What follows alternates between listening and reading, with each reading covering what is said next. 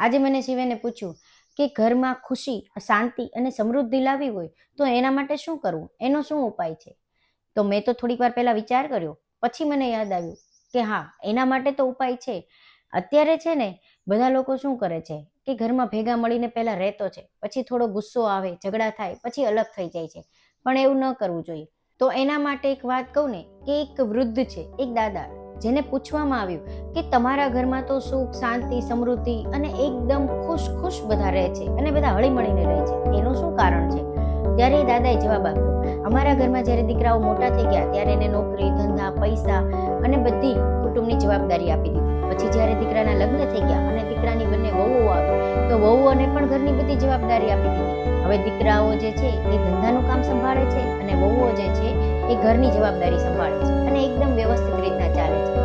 પછી એ લોકો સવારે સાંજે શું લાવે છે, શું કરે છે, એમાં અમે કોઈ દખલગીરી નથી કરતા. હા, પણ જ્યારે દીકરાઓને કે વહુને ગમે ત્યારે કોઈ માર્ગદર્શનની જરૂર હોય ત્યારે અમે એને અચૂક સલાહ આપીએ છીએ. પછી એ સલાહ ઉપર એને કામ કરવું કે ન કરવું એ એની મરજી છે. પછી અમે પાછળથી એવું કોઈ દિવસ ટોકતા નથી કે કોઈ દિવસ પૂછતા નથી કે ભાઈ અમે આટલી બધી સલાહ આપી, અમે તો આટલા મોટા છીએ, અમને તમારા કરતા વધારે ખબર પડે છે, તો તમે તો આ વાત ખાલી જાણી લીધી, આની ઉપર તમે કામ તો કરતા નથી, માર્ગદર્શન લઈ લીધું, સલાહ લઈ લીધી, પણ અમે જેમ કહીએ એમ તો તમે કરતા નથી. જ્યારે આવું પૂછવામાં આવે ને, ત્યારે જ તે ઘરમાં ઝઘડા થાય છે અને ત્યારે જ તે ઘર તૂટે છે. કારણ કે વડીલો છે ને, સલાહ તો આપી દે છે, પછી એ સલાહ ઉપર બાળકોને યોગ્ય લાગે તો એ કામ કરે અને ન લાગે તો એ કામ નથી કરતા. ત્યારે વડીલોને દુઃખ થાય છે અને ત્યારે વડીલો એને પૂછે છે કે અમે જે સલાહ આપી એમાં તમે કામ નથી કરતા. અને ત્યારે દીકરાઓને પણ લાગે છે કે ભાઈ આ સમય બદલાઈ ગયો છે, તો તમારી સલાહ અમને લાગી હતી એટલા માટે લીધી, પણ એ સલાહ પ્રમાણે અત્યારે આ સમયમાં, આ જમાનામાં કામ કરવા જેવું નથી, એટલા માટે અમે એના ઉપર નથી કામ કરતા. અને ત્યારે માતા પિતા દુઃખી થઈ જાય છે.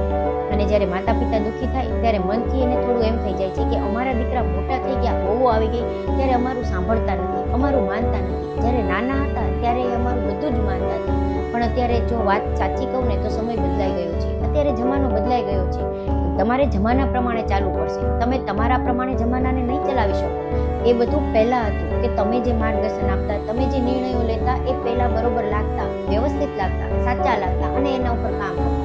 અને આજે એ સમય નથી, આજે જમાનો બદલાઈ ગયો છે. એટલા માટે તમે આપેલા જે નિર્ણયો છે, તમે આપેલી સલાહ છે, એ કદાચ ખોટી પણ હોઈ શકે, તો એના માટે દુઃખી થવાની જરૂર નથી. એના માટે કોઈને બે શબ્દ સંભળાવવાની પણ જરૂર નથી.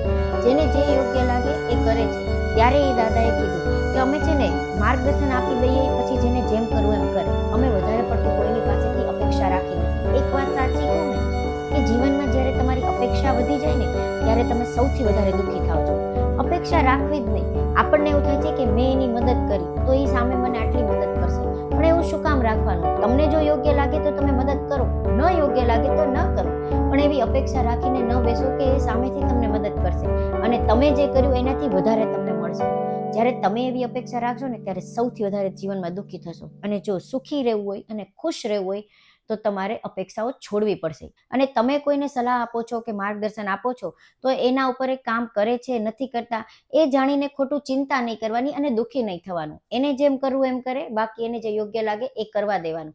અને બીજી એક વાત ખાસ, કે તમારા વહુઓ દીકરાઓ જે છે એના ઉપર જાજી રોકટોક નહીં કરવાની. એને જે પ્રમાણે કામ કરવું છે એ પ્રમાણે એને કરવા દેવાનું.